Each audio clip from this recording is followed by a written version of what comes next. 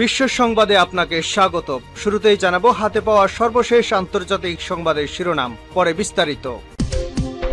Israel ফিলিস্তিন পুরোদমে যুদ্ধ চলছে, আর এই যুদ্ধের সর্বশেষ আন্তর্জাতিক আপডেট সংবাদ জানিয়ে দিব। আলোচনায় দুর্ঘটনায় নিহত ইরানি প্রেসিডেন্ট রাইসির স্ত্রী। এরপর জানাবো এবার ইউরোপের 3 দেশের সঙ্গে ঠান্ডা লড়াই নেতানিয়াহুর। আরও থাকবে গাজার যুদ্ধ পাল্টে দিচ্ছে ইউরোপীয় রাজনীতি। এরপর থাকবে ঘুষ নেওয়ার দায়ে রাশিয়ায় আরও এক শীর্ষ সামরিক কর্মকর্তা গ্রেপ্তার। এবং সর্বশেষ জানাবো যুক্তরাজ্যে নির্বাচন 4 জুলাই সমীক্ষায় পিছিয়ে সুনাকের দল। আলোচনায় দুর্ঘটনায় নিহত ইরানি প্রেসিডেন্ট রাইসির স্ত্রী। গত 19 মে হেলিকপ্টার দুর্ঘটনায় নিহত হন ইরানের প্রেসিডেন্ট ইব্রাহিম রাইসি। আজ 23 মে তাকে নিজ জন্মভূমি শহর মাসদাদে দাফন করা হয়েছে। ইব্রাহিম রাইসি নিহত হওয়ার পর আলোচনায় এসেছেন তার স্ত্রী জামিলে আল মোলহোদা। তিনি একবার বলেছিলেন, নারীদের বাইরে কাজ করা ও পড়ালেখা করতে চাওয়া এক ধরনের সহিংসতা। প্রেসিডেন্ট রাইসির স্ত্রী জামিয়ালের জন্ম 1965 সালে ইরানের দ্বিতীয় জনবহুল শহর মাশহাদে। তিনি দর্শন শিক্ষার উপর শহীদ বেহেশতি বিশ্ববিদ্যালয় থেকে ডক্টরেট ডিগ্রি অর্জন করেন। 18 বছর বয়সে তিনি ইব্রাহিম রাইসিকে বিয়ে করেন। তাদের ঘরে 2টি মেয়ে আছে। 2001 সালে তিনি শহীদ বেহেশতি বিশ্ববিদ্যালয়ের লিডারশিপ অ্যান্ড এডুকেশনাল ডেভেলপমেন্ট বিভাগের ফ্যাকাল্টির সদস্য হন। জানা গেছে, নারীদের বাইরে কাজ করার ক্ষেত্রে কট্টর বিরোধী রাইসির স্ত্রী জামিলে আল মোলহোদা 2023 সালের জুনে ভেনেজুয়েলার রাষ্ট্রীয় টেলিভিশন তেরেসুরকে দেওয়া সাক্ষাৎকারে জামিলে বলেছিলেন, স্বাধীনতার নামে বিভিন্ন দেশের সরকার নারীদের যৌন হয়রানি করে। টিভি চ্যানেলটিকে তিনি আরও বলেছিলেন, নারী অধিকার সংস্থাগুলো নারীদের ঘরে অত্যাচারের শিকার হওয়া নিয়ে কথা বলে, কিন্তু পরিবারের বাইরে নারীরা যে সহিংসতার শিকার হয় সেগুলো আরও বেশি গুরুত্বপূর্ণ। তিনি বলেন, আমরা চাই নারীরা নারী থাকুক। কেন আমরা পুরুষদের মতো হব?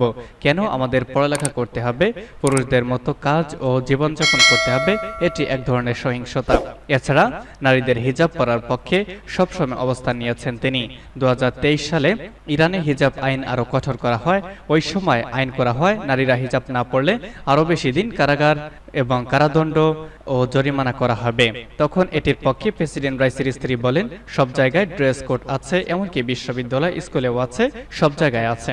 তিনি আরো বলেন, আপনাদের সবাইকে আমি বলতে চাই, হিজাব হলো একটি ঐতিহ্য, ধর্মীয়ভাবে বাধ্যতামূলক একটি ঐতিহ্য যা অনেকে মানেন। গত কয়েক বছর ধরে হিজাব পরা আইনে পরিণত হয়েছে, আর আইন ভঙ্গ করা যে কোনো আইনের মতো অন্য যে কোনো দেশের মতো শাস্তিযোগ্য অপরাধ। এবার ইউরোপের 3 দেশের সঙ্গে ঠান্ডা লড়াই নেতানিয়াহুর। স্বাধীন রাষ্ট্র হিসেবে ফিলিস্তিনকে স্বীকৃতির দাবি বহুদিনের। জাতিসংঘের বেশিরভাগ সদস্য রাষ্ট্র ইতিমধ্যেই ফিলিস্তিনকে রাষ্ট্র হিসেবে স্বীকৃতি দিয়েছে। তবে ইসরায়েল, মার্কিন যুক্তরাষ্ট্র সহ পশ্চিমা বলয়ের বেশ কিছু দেশে এখনও ফিলিস্তিনকে রাষ্ট্র হিসেবে মানে না। ফিলিস্তিন 2012 সাল থেকে জাতিসংঘের অসদস্য পর্যবেক্ষক রাষ্ট্র হিসেবে মর্যাদা পাচ্ছে। জাতিসংঘের বারবার ফিলিস্তিনকে রাষ্ট্র হিসেবে স্বীকৃতির প্রস্তাব উঠলেও যুক্তরাষ্ট্রের ভেটোতে তা খারিজ হয়ে যায়। সম্প্রতি আবারও ফিলিস্তিনকে পূর্ণাঙ্গ সদস্য করার একটি প্রস্তাব পাশ হয়েছে জাতিসংঘের সাধারণ পরিষদে, যা নিয়ে ক্ষোভ প্রকাশ করেছে ইসরায়েল। এর মাঝে ইহুদি দেশটির সঙ্গে সংঘাত বাড়িয়ে ফিলিস্তিনকে রাষ্ট্র হিসেবে স্বীকৃতি দেওয়ার ঘোষণা করেছে পশ্চিমা বলয়ের দেশ স্পেন, নরওয়ে, আয়ারল্যান্ড। আর এতে ক্ষিপ্ত হয়ে এই 3 দেশ থেকে ইসরায়েলের রাষ্ট্রদূতদের প্রত্যাহার করেছেন নেতানিয়াহু। ক্ষোভ প্রকাশ করে ইসরায়েলি প্রধানমন্ত্রী বেঞ্জামিন নেতানিয়াহু বলেছেন, ফিলিস্তিনকে রাষ্ট্রের মর্যাদা দেওয়া মানে সন্ত্রাসবাদকে পুরস্কৃত করা। গতকাল এক্স হ্যান্ডেলে ইসরায়েলের প্রধানমন্ত্রী বলেন, বেশ কিছু ইউরোপীয় দেশ ফিলিস্তিনকে রাষ্ট্রের মর্যাদা দিচ্ছে, এর উদ্দেশ্য একটাই, সন্ত্রাসবাদকে পুরস্কৃত করা। সমরিয়া ও জিহুদিয়ার 80% ফিলিস্তিনি গত 7 অক্টোবর হামলাকে সমর্থন করে। রাষ্ট্র স্বীকৃতি দিলে এটা একটা সন্ত্রাসী দেশ হয়ে উঠবে, আমরা তা কখনোই হতে দেব না। সন্ত্রাসবাদকে পুরস্কৃত করলেই শান্তি ফিরবে না। এর আগে গতকাল ফিলিস্তিনকে স্বীকৃতি দেওয়ার ঘোষণা দিয়ে নরওয়ের প্রধানমন্ত্রী জোনাস গাহর স্টোর বলেন, ইসরায়েলের ভালোর জন্যই সেখানে 2 রাষ্ট্রনীতি কার্যকর করা হয় প্রয়োজন। এক্ষেত্রে গাজা, ওয়েস্ট ব্যাংক সহ ফিলিস্তিন দেশ প্রতিষ্ঠিত হোক, তাতে 2 দেশের মধ্যে থাকা সংঘাত শেষ হবে ও পশ্চিম এশিয়ায় শান্তি ফিরবে। তিনি বলেন, আগামী 28 মে আমরা ফিলিস্তিনকে দেশ হিসেবে স্বীকৃতি দেব।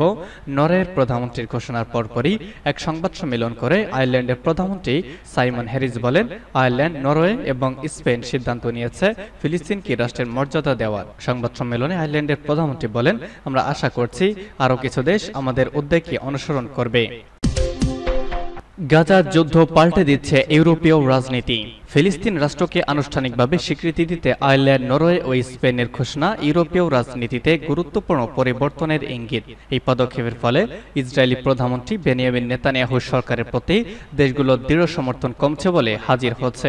তিনটি দেশ বুধবারের ঘোষণায় ইসরায়েল ফিলিস্তিন সংঘাতের ফলে ইউরোপে ক্রমবর্ধমান বিভাজন স্পষ্ট হচ্ছে। মার্কিন সংবাদ মাধ্যম নিউ ইয়র্ক টাইমস এর এক প্রতিবেদনে এই পরিস্থিতির কথা উঠে এসেছে। ইসরায়েল ও যুক্তরাষ্ট্রের তীব্র বিরোধিতার পরেও ইউরোপীয় দেশ তিনটি এই দৃঢ় পদক্ষেপ নিয়েছে, যা ইসরায়েলের নীতি, বিশেষ করে গাজা ও পশ্চিম তীরে দেশটির কর্মকাণ্ড নিয়ে ক্রমবর্ধমান হতাশার বহিঃপ্রকাশ। এই সিদ্ধান্ত ইউরোপীয় ইউনিয়নের মধ্যপ্রাচ্য নিয়ে অবস্থান পুনর্গঠন করতে পারে, যদিও অভ্যন্তরীণ বিভাজন রয়েছে। বছরের পর বছর ধরে ইউরোপ ছিল ইসরায়েলের নির্ভরযোগ্য মিত্র। মহাদেশটির দেশগুলো দ্বিরাষ্ট্র সমাধানকে সমর্থন এবং ইসরায়েলের সঙ্গে বিশাল বাণিজ্য ও বৈজ্ঞানিক অংশীদারিত্ব বজায় রেখে আসছিল। তবে গাজায় চলমান যুদ্ধ এবং এর ফলে সৃষ্ট মানবিক সংকট ইসরায়েলের প্রতি সহানুভূতিতে ক্ষয় ধরিয়েছে। অনেক ইউরোপীয়দের কাছে ইসরায়েল এখন ভুক্তভোগী নয়, আগ্রাসন চালানোর দেশ। স্পেন, নরওয়ে, আয়ারল্যান্ডের পক্ষ থেকে ফিলিস্তিনকে স্বীকৃতি দেওয়ার সিদ্ধান্তটি মূলত প্রতীকী হলেও তা ইসরায়েলের প্রতি তীব্র তিরস্কার। এই দেশগুলো নিয়মিত ইসরায়েলি কর্মকাণ্ডের সমালোচনা ও ফিলিস্তিনিদের অধিকারের পক্ষে কথা বলে আসছিল। ইসরায়েলে হামাসের হামলার নিন্দার পাশাপাশি গাজায় ইসরায়েলি সেনাবাহিনীর অভিযানেরও বিরোধিতা করেছে তারা, যে অভিযানে গাজায় উল্লেখযোগ্য সংখ্যক বেসামরিকের মৃত্যু ও অবকাঠামোগত বিপর্যয় হয়েছে। ইউরোপের অপর দেশগুলো যদি তাদের পথ ধরে ফিলিস্তিনকে স্বীকৃতি দেওয়ার সিদ্ধান্ত নেয়, তাহলে তা যুক্তরাষ্ট্রের অবস্থানে গুরুত্বপূর্ণ পাল্টা সাম্রাজ্য এবং ভারসাম্য তৈরি করবে।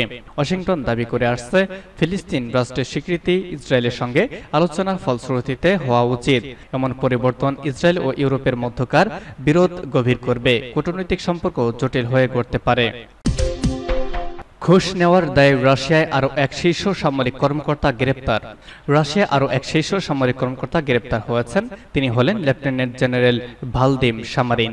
বড় অঙ্কের ঘুষ নেওয়ার সন্দেহে তাকে গ্রেপ্তার করা হয়েছে। এ নিয়ে এক মাসে দেশটিতে 4 জন শীর্ষ সামরিক কর্মকর্তা গ্রেপ্তার হলেন। গতকাল দেশটির এক সামরিক আদালত রায় জানায়, প্রতিরক্ষা মন্ত্রণালয়ের যোগাযোগ পরিদপ্তরের প্রধান সামারিনকে 2 মাস জেলে থাকতে হবে। রাষ্ট্রীয় বার্তা সংস্থা তাস এই তথ্য জানায়। লাভজনক সামরিক চুক্তি পাইয়ে দেওয়া সংক্রান্ত দুর্নীতি বন্ধের প্রচেষ্টার অংশ হিসেবে অন্যান্য শীর্ষ প্রতিরক্ষা কর্মকর্তাদের গ্রেপ্তারের পর সামারিনকে গ্রেপ্তার করা হলো। চলতি মাসের শুরুতে মেজর জেনারেল আইভান পপভকে ঘুষের অভিযোগে গ্রেপ্তার করা হয়। তিনি ইউক্রেনে রাশিয়ার যুদ্ধে শীর্ষ কমান্ডারের দায়িত্ব পালন করেছেন। একই অপরাধে প্রতিরক্ষা মন্ত্রণালয়ের কর্মী পরিদপ্তরের প্রধান লেফটেন্যান্ট জেনারেল ইউরি কুজনেভস্কে গ্রেপ্তার করা হয়। এপ্রিলে সাবেক প্রতিরক্ষামন্ত্রী সের্গেই শোইগুর ঘনিষ্ঠ সহযোগী তিমুর আইভানকে ঘুষের দায়ে গ্রেপ্তার করা হয়। এরপর মে মাসের শুরুতে শপথ নেওয়ার পরপরই প্রেসিডেন্ট ভ্লাদিমির পুতিন প্রতিরক্ষামন্ত্রী শোইগুকে সরিয়ে দেন। ইউক্রেন যুদ্ধের শুরুর দিকে কিয়েভ দখলে রাশিয়া ব্যর্থতার জন্য শোইগুকে ব্যাপকভাবে দোষারোপ করা হয়। তার অযোগ্যতা ও দুর্নীতি নিয়ে ভাগনার প্রধান ইয়েভজেনি প্রিগোজিনও অভিযোগ তুলেছিলেন। এবং সর্বশেষ জানাবো, যুক্তরাজ্যের নির্বাচন 4 জুলাই, সমীক্ষায় পিছিয়ে সোনাকের দল। আগামী 4 জুলাই যুক্তরাজ্যের সাধারণ নির্বাচন অনুষ্ঠিত হতে যাচ্ছে। এর মধ্য দিয়ে যুক্তরাজ্যের নির্বাচন নিয়ে দীর্ঘদিনের জল্পনার অবসান ঘটল। জনমত সমীক্ষা দেখা যাচ্ছে, 14 বছর শাসন করার পর সোনাকের দল লেবার পার্টি এবার অনেকটা পিছিয়ে আছে। প্রধানমন্ত্রী ঋষি সুনাক বলেছেন, আমার সঙ্গে মহামান্য রাজার কথা হয়েছে, আমি তাকে পার্লামেন্ট ভেঙে দেওয়ার সুপারিশ করেছি। তিনি জানিয়েছেন, এখন যুক্তরাজ্যের মানুষকে তাদের ভবিষ্যৎ বেছে নিতে হবে, তাদের ঠিক করতে হবে তারা প্রগতির পথে যাবেন নাকি আবার পুরনো অবস্থায় ফিরে যাবেন, যেখানে কোনো পরিকল্পনা থাকবে না, কোনো নিশ্চয়তা থাকবে না। সোনাকের এমন বক্তব্যের সময় সামনে বিক্ষোভ চলছিল।